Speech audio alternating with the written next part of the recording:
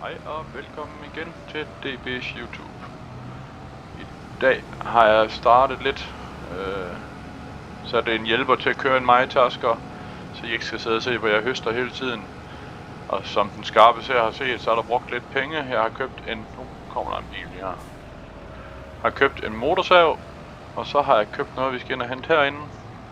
Sådan en spil til at trække træ ud, som jeg snakkede om sidste gang, det var, at den mark, vi havde raps på og høstede, og der lå der en lille bitte mark ved siden af, at den vil jeg pløje sammen. Men det der er udfordringen her, det er, at der står et træ lige midt imellem. Så den vil jeg køre op og fjerne nu. De biler kører der godt nok vildt og voldsomt herinde, synes jeg godt nok. Det var da helt vildt. Som I kan se, så er der ikke så langt hen til shoppen for gården, altså det er dejligt. Det er nemt lige at hente noget. Men nu skal vi op og fælde det træ her, og så skal vi have det trukken væk et eller andet sted hen. Og så må vi finde en måde at læse det på en vogn på. Det har jeg ikke lige fundet endnu.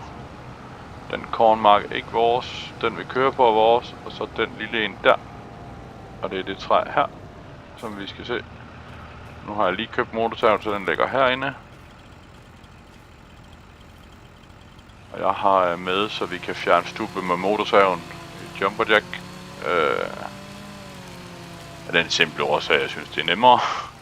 Så det kommer vi til. Som man kan se, så her. Og jeg har slået den til at lave træflis, ikke fordi at vi kommer til at samle op i den her omgang. Så må vi se, om den her traktor kan trække træet her lidt til side og et eller andet sted hen, hvor det ikke ligger alt for meget i vejen. Jeg tror bare desværre den hjælper, jeg fik til at køre MyTasker, kommer jeg vist til at sætte til at starte forkert, men det må vi se. Om det ikke går eller så må vi over hjælpe ham, hvis han ikke kan finde ud af det. Han er lidt læst på til den lille stakkels traktor.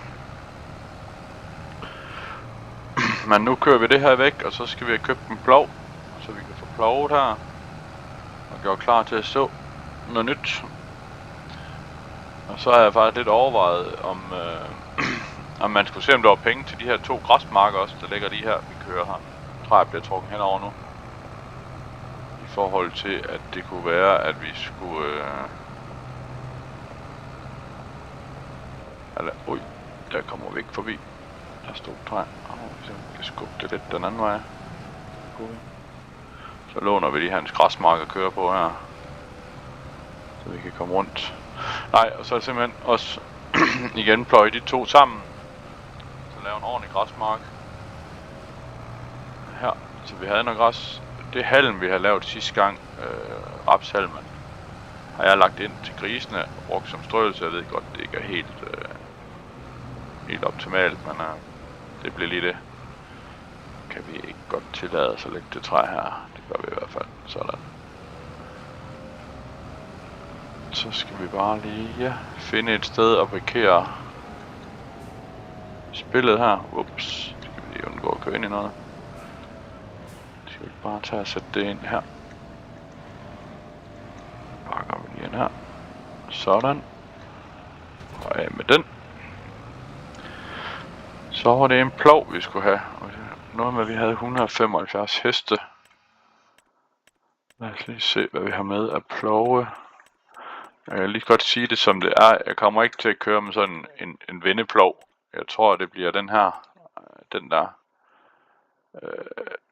Jeg ved godt at det måske er nogen der siger at det ikke er en rigtig plov. Men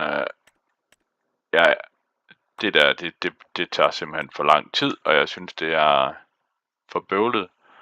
Og så den trænger siger godt nok 320 heste. Men må ikke vi kan et lille trick, så det går.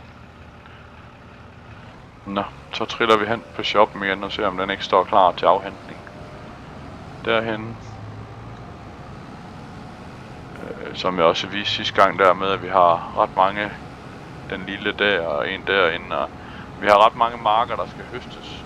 De små der, når de er høstet og kørt halmen er kørt af, så tror jeg bare, jeg painter dem med noget græs eller et eller andet, og så de står klar til, at vi kan lave et eller andet på. Og det var den ene, havde jeg faktisk tænkt, at vi skulle have geder på, for at få lavet en gedemælk.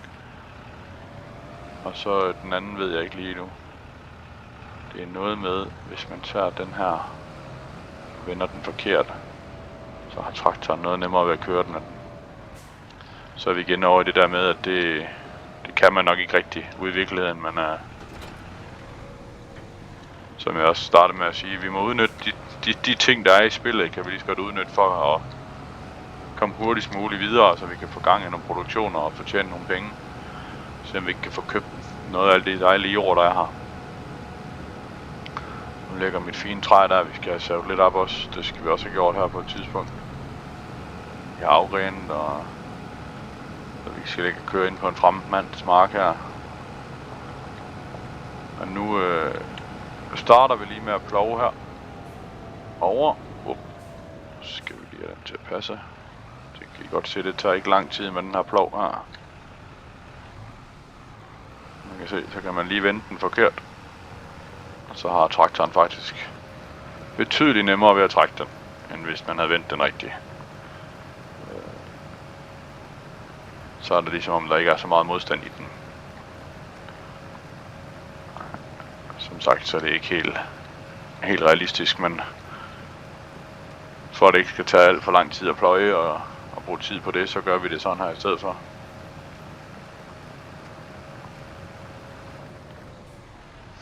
Så for det en gang.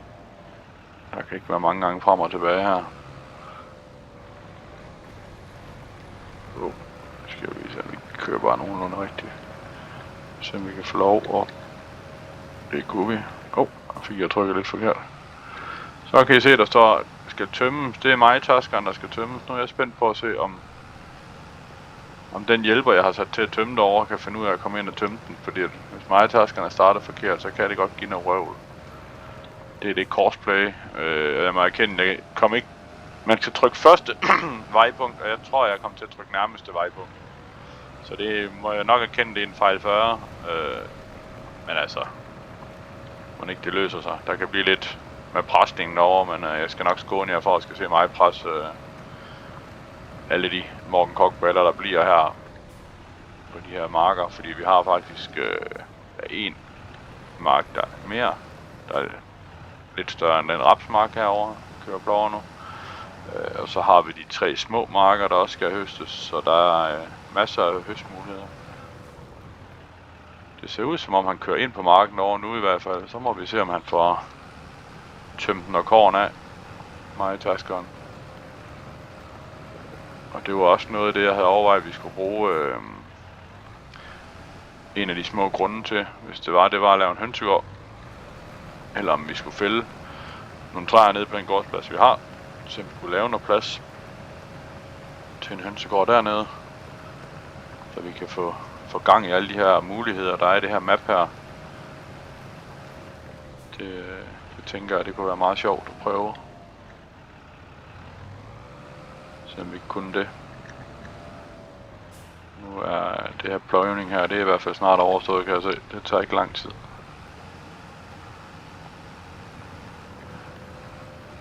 Men det ser ud som om det lykkes derovre for dem at få det til at køre. Så bare desværre ikke, at taskerne har taget foræret, men så må vi selv lige tage det, eller så må vi sætte ham til at køre forfra. Så det gode ved at I kan bruge crossplay nu her og sætte ham til lidt over, det er faktisk, at jeg kan gå ind og gemme ruten, og så kan jeg faktisk sætte en til at køre og presse halm derover bagefter, uden at jeg skal være der. Så skal jeg bare selv samle ind. Men det klarer vi nok også. Det kunne være, at vi kunne få lavet nogle penge, så vi kunne få den, der kan samle Morgan Koch-ballerne ind. Det kunne være dejligt. Og nu har vi det der precision farming med inde, så det betyder også, at når jeg har pløjet den her færdig, så skal vi have fundet ud af noget med noget kalk, tror jeg. Og så skal vi lige ind og have købt oplysninger på jorden, så vi kan få bedst muligt udbytte af den. Så klarede vi også den lille opgave. Og man må sige, at ved lige at at snyde en lille smule og vende ploven forkert, så klarer den rigtig fint, den her lille traktor. Så det var dejligt, at vi kunne gøre det på den måde. Så undskyld. Finder vi lige et sted at sætte ham, eller den også. Nu skal vi ikke køre ind i bygningen. Bakker vi lige herind. Sådan. Så går vi ind i den her, og så skal vi over i den der. Så skal vi lige se, hvad marker det er. Det er den der. Og den der. Køb. Spørgsmålet er, om vi ikke bare skulle tage at købe. Godt, det koster lidt ekstra at købe det, i stedet for selv at tage prøverne. Men det koster også noget at købe den maskine til at tage prøverne med. Så det er sådan lidt. Ja. Den der og den der og den. Mark 1. Jeg er lidt usikker. Mark 1 havde jeg lidt en tanke om, at den måske skulle være der, vi skulle have geder. Og så kunne man godt have noget andet på de to. Så dem tror jeg venter med at købe på. Hvorfor kan vi købe på gårdspladsen? Det giver ingen mening. Nu har vi i hvert fald på de her, hvor de har ikke været super gode.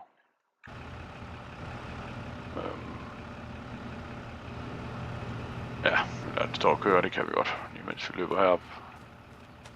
Det var fordi, jeg vil lige vise jer herinde på marken.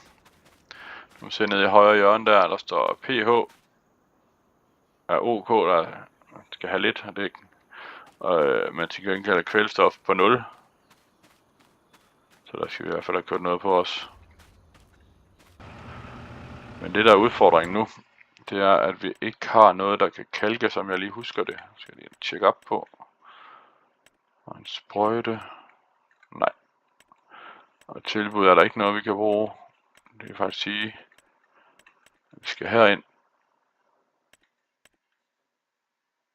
Det var mange penge.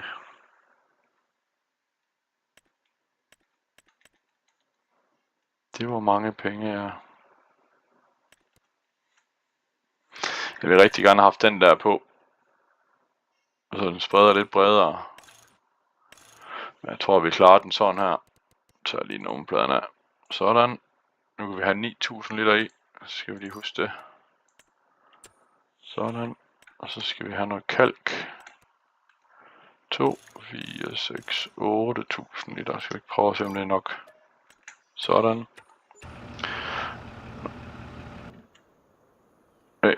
Og det var det, jeg var bange for, der var sket. Det var, at han ikke havde fået taget forhøjret rigtigt. Så nu går vi lige ind her og siger stop. Start mig, tasker.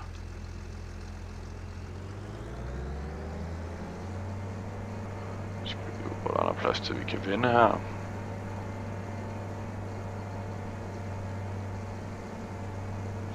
Men generelt så fungerer det faktisk rigtig fint det her, når man lige husker at trykke på de rigtige knapper.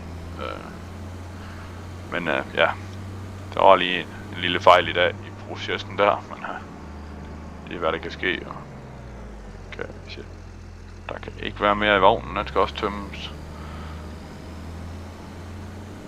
Og så er det godt mig, så skal ikke helt fuldt, så kan vi lige køre herned. Så kan jeg lige vise jer. Det er faktisk første vejpunkt, man ser her, hvor til der står nærmeste vejpunkt. Det er derfor, han var så starten med at køre ind over den vej der. Nu skifter jeg lige den her til første vejpunkt, og så trykker vi start. Så skal han gerne begynde at køre rigtigt. Og den der, den er på max. 6000 liter kunne der være den. Så den kører vi lige over for at tømme der.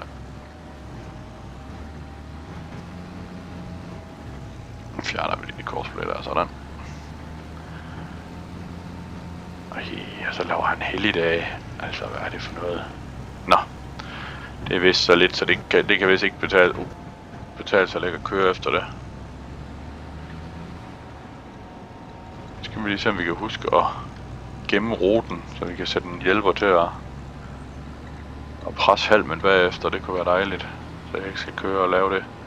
Den mark vi kører ved siden af her, vi høstede sidste gang, den er jeg nødt til, fordi der høstede jeg selv og havde ikke nogen rute på. kører vi lige det her herind. Og det var noget af grunden til, at Doc gad, at vi fik noget høns også. Så er vi faktisk ved at have noget foder til dem også nu. Men der er lige en udfordring med pengene, at det er jo ikke lige frem, fordi vi vælter os i penge herinde. Og derfor er vi lidt udfordret på at skal have tingene til at løbe rundt. Men må ikke det lykkes, eller? Nu kører vi den her heroppe igen.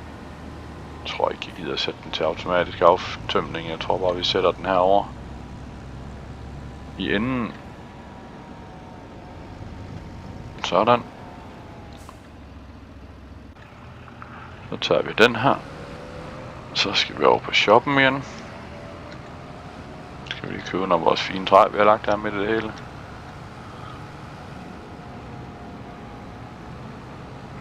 Så. Jo. Skal du lige blive derinde på vej. Skal jeg lade være med at gå ud foran traktoren. Det duer ikke. Så. Den der. Og så går vi herind og spænder for.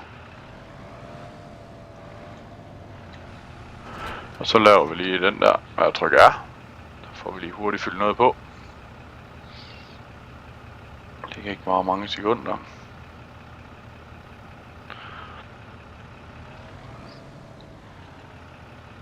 Så. Vi kan lige gå ind og kigge. Det kan vi ikke se der. Der. 174 og 208. Det kan sige 382.000.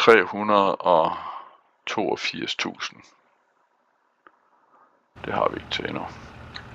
Så vi skal have fundet en måde at tjene nogle penge på. En måde er jo den der fra, sådan. Er jo at gå herind og tage nogle af de kontrakter. Der er fem en der gerne vil have presset nogle rundballer. Men det er så udfordringen, vi ikke har en rundballepresser jo. Så er der en, der skal have fældet nogle træer. Det kunne vi godt med vores motorsav. Der er en, der gerne vil have gødet. Og mark 19 er der en, der gerne vil have høstet. Det kunne vi også godt. Det gav der 8.000. Så er der en, der gerne vil have slået noget græs. Og noget sten, der skal slås. Den der var måske ikke dum, og den der. Den er mark 21. Men vi har heller ingen græsslåer, har vi? Det tror jeg heller ikke, vi har. Nej. Nå, så må vi finde en anden måde at tjene penge på. Det er ikke nemt, når vi ikke har nogle indtjeninger endnu. Det kan være, at vi ender med at nødt til at sælge nogle af de der afgrøder, men jeg gad godt lige, at vi fik høstet dem alle sammen først, så vi kunne,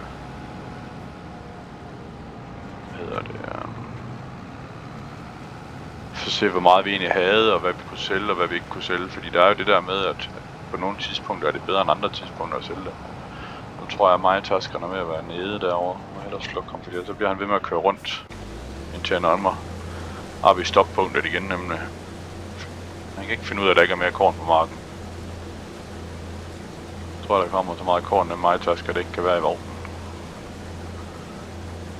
Så bliver sådan. Og så siger vi stop. Sådan. Lige til at tage. Der bliver lidt træls at presse det her, men sådan er det. Sådan. Bakker vi lige tilbage. Sådan.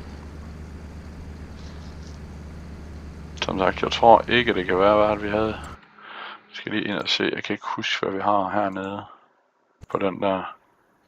Det er byg, så det kan vi ikke blande sammen.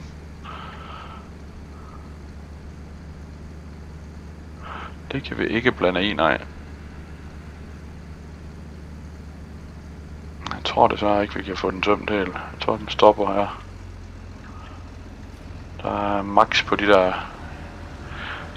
Det kunne godt være at overveje at pille det fra, for det er træls, man ikke kan fylde vognene helt op. Det finder jeg lige ud af. I hvert fald træls nu, jeg skal til at køre tilbage efter, eller tilbage 800 liter eller sådan noget, 700 eller hvad det var. Så Det må vi lige finde ud af hen ad vejen, hvordan vi lige gør det. Nu kører vi i hvert fald lige ind og tipper det her af. Herinde. Og stop. Skal vi lige tage og køre en tur herindefra, så I kan se det også.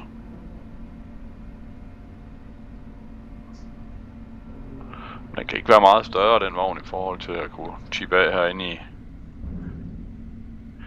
i den silo her.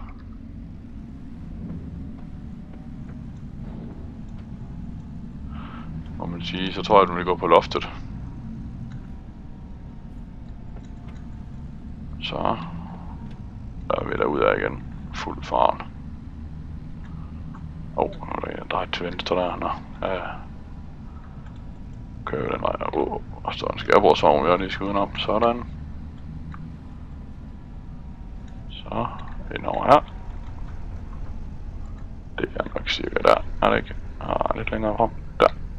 Sådan. Så er det, vi hopper over i ham her.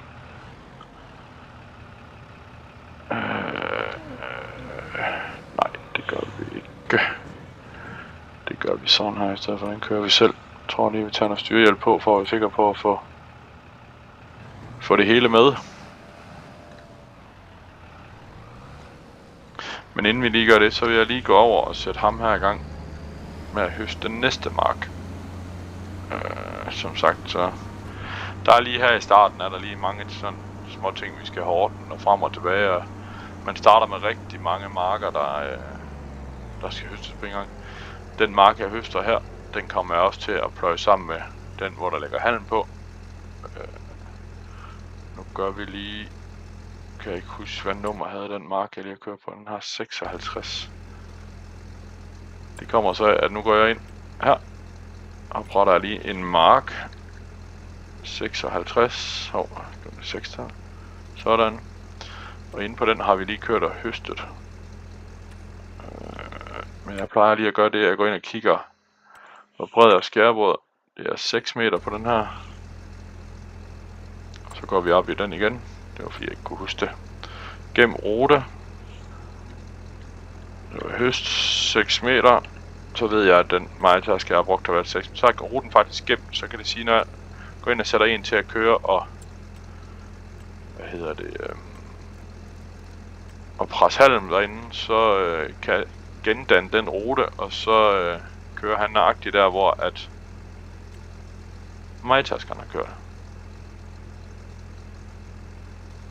Det bliver der værre råd der. Jeg tror lige prøver at sætte ned på en foran, og så prøver vi at trykke gendanne igen. Nej, det ser bedre ud.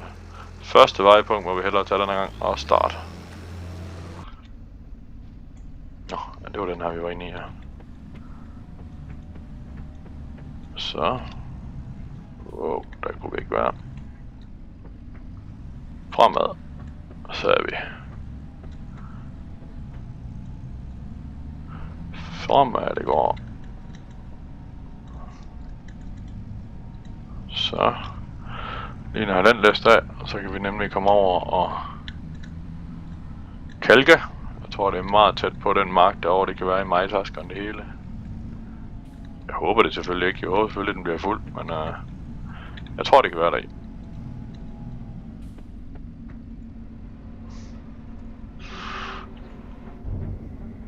Så slukker vi ham her. Og så hopper vi herover og trykker vi den der. Og fartpilot på og start kalkning. Zoomer vi lige lidt ud, så vi kan se, hvad der sker. Så kører vi noget kalk på her. Og når vi har gjort det, så skal vi have kigget på, hvornår der skal sås noget på den her mark, og hvad der skal sås. Og det kommer lidt igen an på, hvad vi egentlig går efter, i forhold til, om vi skal have gang i nogle produktioner, eller hvad vi skal. Nu er jeg spændt på, om majtaskeren deroppe selv kan finde ud af at komme fri. Eller om han er kørt fast i et eller andet hjørne. De har nogle gange med, hvis der står træer for tæt på, eller noget andet for tæt på, at der kan de ikke altid finde ud af at komme rundt i hjørnerne. Men den plejer at blive grøn, hvis den skal have hjælp. Så vi satser på, at han finder ud af det. I hvert fald som det er lige nu. Og jeg tror da, jeg har fået købt kalk nok til den her mark her. Men Så er det godt, vi kan læse af og bruge den samme. Lunder vi lidt græsmark herovre. Sådan. Vi kan bruge den samme til gødning, når vi engang skal have gødet, men det skal vi først gøre, når vi har sået. For der er meget stor forskel på, hvad for nogle afgrøder vi vælger at så, jo. Så det skal vi lige have taget stilling til, når vi kommer dertil.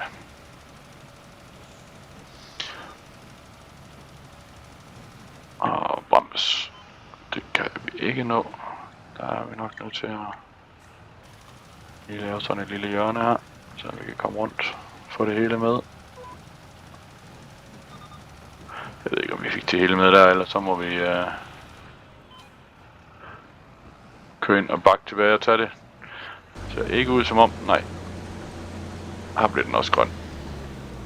Så sender vi lige til nærmeste vejpunkt. Ups, der står en mast.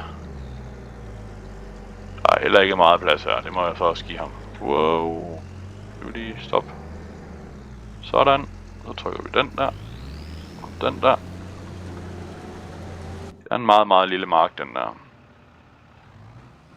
Men det er også derfor, jeg synes, det giver god mening at pløje dem sammen, så vi får nogle lidt mere reelle marker, vi kan bruge til noget. Så det ikke bare er lige frem og lige tilbage, og så er man færdig.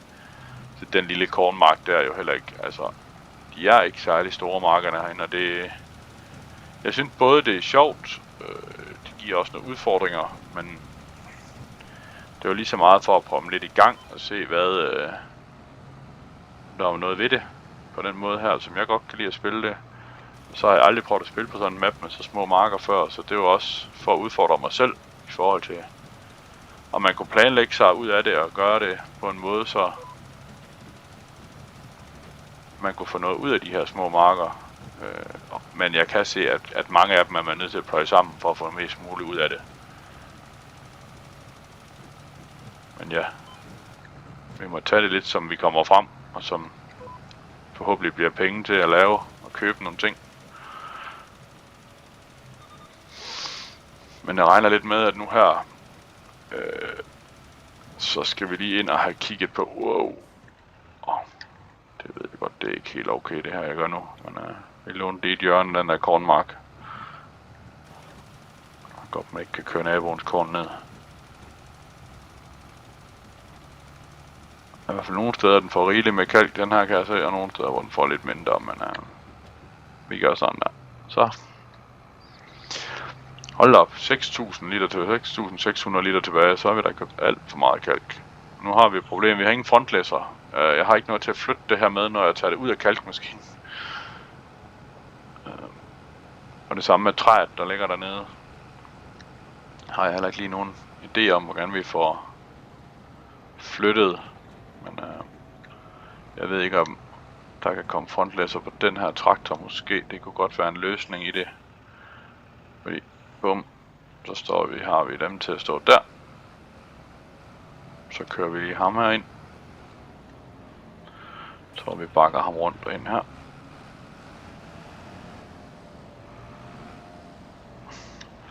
Så nu skal der tages nogle ret store beslutninger nu her, der vi skal finde ud af, om vi skal købe høns, eller om vi skal se, om vi kan få en frontlæsser på den traktor her. Eller hvad vi lige gør i forhold til, fordi hvis vi får en frontlæsser på, det jeg også snakket om tidligere, det var, at vi kunne fælde nogle træer, vi har rundt omkring. Vi har en lille skov og noget. Og så kunne vi køre alt det træ op savværket og sælge det. Og tjene lidt penge på den måde. Men nu kan vi også lige starte med at gå ind og se, hvad er der egentlig af hønsehuse, vi kan købe. Kør, heste, grise, får, høns.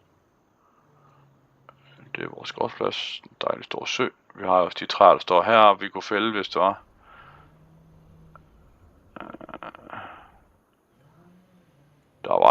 Der er mulighed for at købe nogle hønsehus, der ikke er så store. Hvis vi har de store, så koster de om nogle flere penge. Og 20 høns var ikke mange, 30 høns var heller ikke mange. Men det var jo en start. Som I kan se, så vil det også være... Så er vi næsten nødt til at lave noget plads et eller andet sted. Jeg tænker lidt, at det skovområde her kunne være en nem løsning. Den mark og den mark er vores.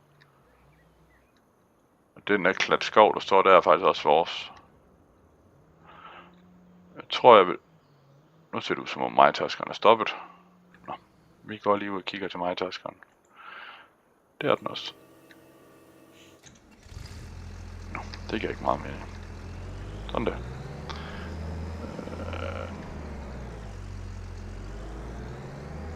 Og den rute her på den mark kommer jeg ikke til at gemme, fordi som sagt, så skal den pløjes sammen med marken der ved siden af, og derfor kan vi ikke bruge den rute til noget, som vi lige har kørt her.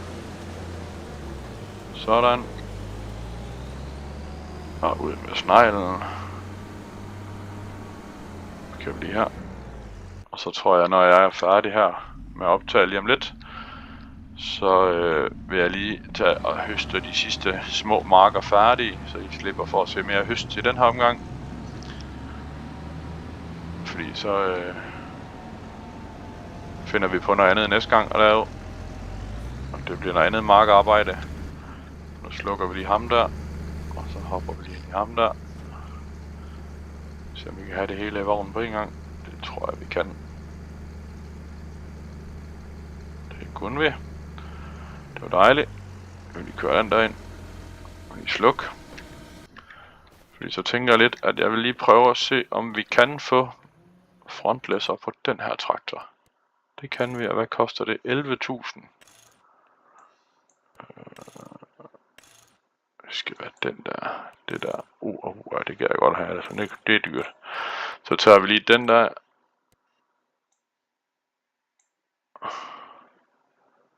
Og siger tilpas. Og ja. Så skal jeg gerne være komme frontlæsser på. Det er der også. Helt perfekt. Fordi så tror jeg, vi slutter af med at køre op og hente en frontlæsser og se, om vi ikke kan få gjort lidt ved det træ, der ligger ude på marken. Nu skal vi nok lige se 80 heste, 120 heste. Ikke bare, vi skal nøjes med den der. Sådan der. Skulle vi gerne se, om vi kunne få en krop til træ. Der er den der. Jamen det var altså nemt. Så bliver det jo den. Når det kun er den ene, vi kan vælge imellem. Stiger vi det ind i traktoren. Og det er frontvægten, der selvfølgelig er højere. Jeg tror lige, vi gør det, at vi sætter frontvægten bagpå. For hvis jeg husker rigtigt, så kan den også godt, ja, burde godt kunne tage vognen med ud, selvom vi har frontklodsen her bagpå. Det kan vi i hvert fald lige trække den med ud. Så låner vi hans græsmark herude foran. Wow. Nu skal jeg lige huske at bremse i god tid der. Bremse ikke så hurtigt. Så passer det med vores egen skov, der lå derude på hjørnet. Den kan vi fælde noget af her, når vi har fået presset halmen og kørt væk. Så kan vi lige få det ordnet. Spørgsmålet er, om vi ikke skulle tage og sætte den her. Sådan. Så kører vi lige over til forhandleren igen. Der kommer lige en betonbil. Uden beton i, ser det ud som om den kører ikke rundt i hvert fald. Så er der nok ikke noget i. Det må man ikke gå ud på. Hold da op alle de biler. Nu går det derhen galt. De kører da som de blinde, de slås dem her. Nå, ja. Så lad os se, om vi ikke lige kan ramme her. Sådan. Bum. Så skal vi overføre i den anden. Sådan. Nu håber jeg godt nok, at mit joystick det er sat op til...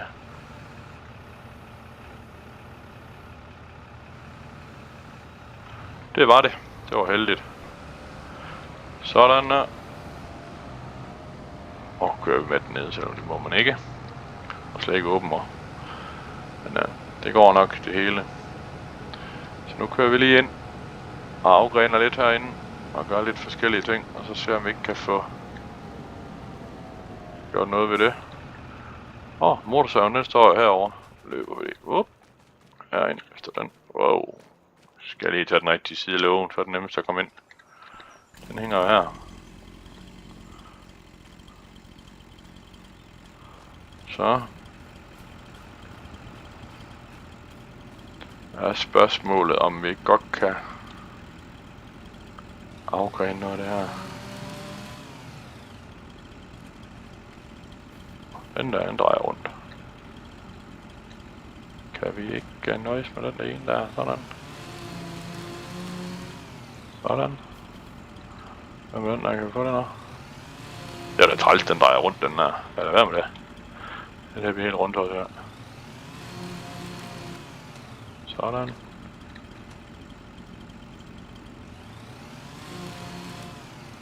Sådan. Så er det spørgsmål, hvor langt vi skal lave dem her. De skal nok ikke være alt for lange. Vi skal have en chance for at løfte dem med traktoren. Det er en dejlig masse træflis, der kommer til at lægge lige her. Lige se. Det er noget med det mod, jeg herinde gør faktisk, at vi kan save de her grene til at forsvinde.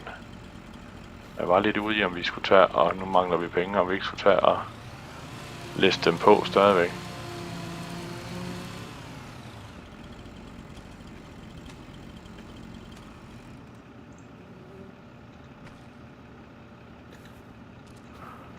Prøv lige at rydde lidt op her, så vi kan komme til ind i traktoren også. Nu er jeg spændt på, om jeg kan tumle dem her med den her maskine her.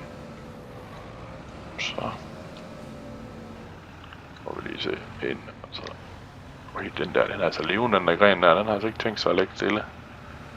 Det er perfekt størrelse det her. Perfekt størrelse. I hvert fald til traktoren. Så må vi se, hvordan de passer til vognen. De kan nok godt have været længere til vognen. Den må ikke det går. Så. Bum. Det var der en. Så må vi lige se, om vi kan få fat i... Jeg kan ikke se, hvad jeg laver. Nu er lidt for langt op med dig, og ned med dig. Prøv lige at lukke der og se, hvad der så sker. Der fik vi ikke fat i noget.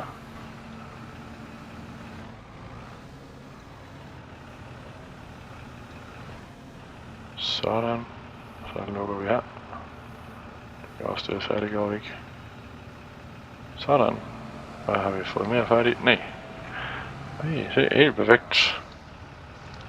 Ren stamme igen. Det var dejligt.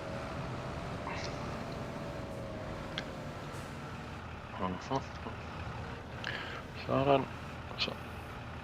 Jeg bliver lige lidt koncentreret nu. Jeg skal køre og lave det her. Nu må jeg lige undskylde. Men jeg er ikke super skarp i det her træ noget. Gør det så godt vi kan. Hvis vi nu laver et læs med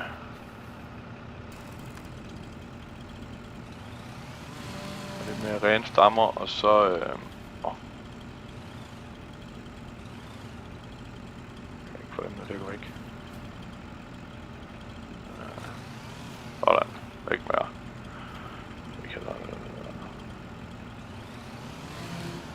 Sådan. Har vi på den anden side, så har vi den der. Og hvad har vi mere så? Der er igen så nogen, der sidder fast derinde midt i. Sådan.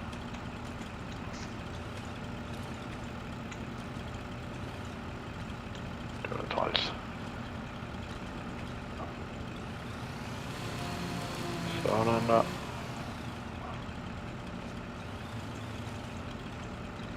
Jeg kan godt lide dem der. I kan godt se dem der sidder der. Der er et eller andet bok der, men det er nok fordi det ikke er træ, der er beregnet til, at det egentlig skal fældes, men sådan er det at spille med mig. Så bliver man fældet, hvis man står i vejen. Nå, vi ser lige, hvad den siger til, hvis jeg tager den her. Fordi jeg tror måske, at den der gren, den godt kunne komme hen og lave lidt ballade. Det må vi lige se. Det kan være, at vi kan save den af her, mens den hænger her. Vi giver det i hvert fald lige et forsøg. Så vi ikke lige kan få... Sådan. Se der, hvor fint det er nu. Nå. Jeg tror, at vi vil slutte af med, at jeg lige kører op. Finder ud, hvor savværket ligger. Så kører op og ser, hvad vi kan tjene ved at sælge det her træ her. Om det overhovedet kan betale sig. Også i forhold til de ting, vi har købt nu. Gør sådan her. Og vi skal ud på vejen og køre, må vi hellere lige op så. Så må jeg lige ordne resten af træet på et andet tidspunkt. Skal vi have bånd på. Så er jeg lige nødt til at gå ind på kortet for at finde ud af, hvor vi skal hen af. For jeg er ikke helt styr på, hvor savværket ligger. Det er der. Savværk. Marker. Det ligger derovre. Okay. Det ser ud som om vi bare skal ud til venstre, og så skal der komme en vej op til højre. Når vi kommer et stykke ud. Det prøver vi. Der kommer betonbilen igen. Det må I lige undskylde. Jeg er lige kørt ud foran jer. Men der er da masser af skov her til dem, der gerne vil lave noget skovarbejde i hvert fald også. Hold da op, der er meget skov. Wow. Der kom han lige. Ja, hvorfor ikke? Så skal vi ind her.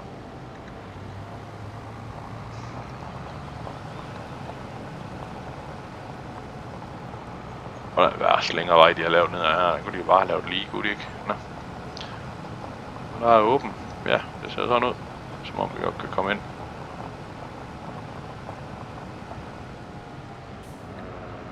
Ja. Jeg skal bare lige finde ud af, hvor vi læser træ af en. Om de ikke har sådan en, vi bare lige kan køre ind i, jeg tror ikke selv. Det kunne godt se ud som det her om. Sådan. Vi så afspænder der. Jeg synes, jeg så sikker på, at det var her. 12.224, ja, det er jo ikke en formue, det er jo synd at sige. Men det er da de første penge, vi har tjent. Og med det vil jeg faktisk runde af for i dag og sige tusind tak. For I ser med. Dem, hvis man nu kan lide det, man ser, så send lige et like. Og hvis man ikke kan, så find en anden, man bedre kan lide at se på. Hvis man har lyst til at støtte mit lille YouTube-projekt her, så står der et nummer på en boks nede i bunden, man kan betale eller sende nogle penge til. Alt fra 1 øre til million. Mere end velkommen. Alt hjælper en lille smule, så jeg kan købe lidt bedre udstyr og måske få lidt bedre lyd og lidt bedre grej, så vi kan lave noget bedre video forhåbentlig. Så jeg vil sige tusind tak for i dag, og jeg håber selvfølgelig, at I ser med en anden gang.